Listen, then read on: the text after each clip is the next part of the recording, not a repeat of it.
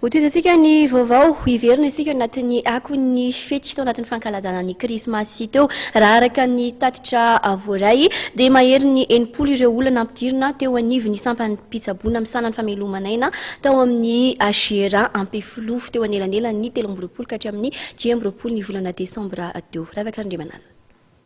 Mahery ny 80 ireo olona nampidirina teto anivon'ny sampam-pitsaboana misahana ny famelomana aina eto anivon'ny HJRA Ampefiloha ny 13 ka hatramin'ny 18 Desambra lasa teo. Misy 12 ireo efa razana ny tonga teto anivon'ity sampam-pitsaboana ity raha toka ny 10 kosa ny olona namony ainy. Fantatra moa fa ny totaly 20 ireo nampidirina teto amin'ity sampam-pitsaboana ity noho ny fisotroana toga be loatra. Somary nahitana fianana nefa izany salan'isy izany raha mitata amin'ny taondasa.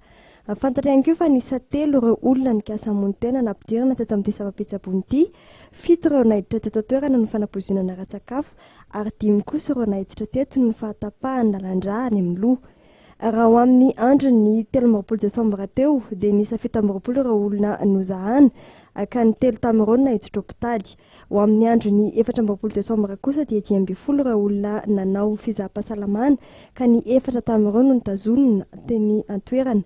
Ary farany ho amin'ny andro ny 18 Desambra lasa teo izany hoe omaly dia ny 17 ireo natao fizaham-pahasalamana ka ny 3 no nahiditra hopitaly.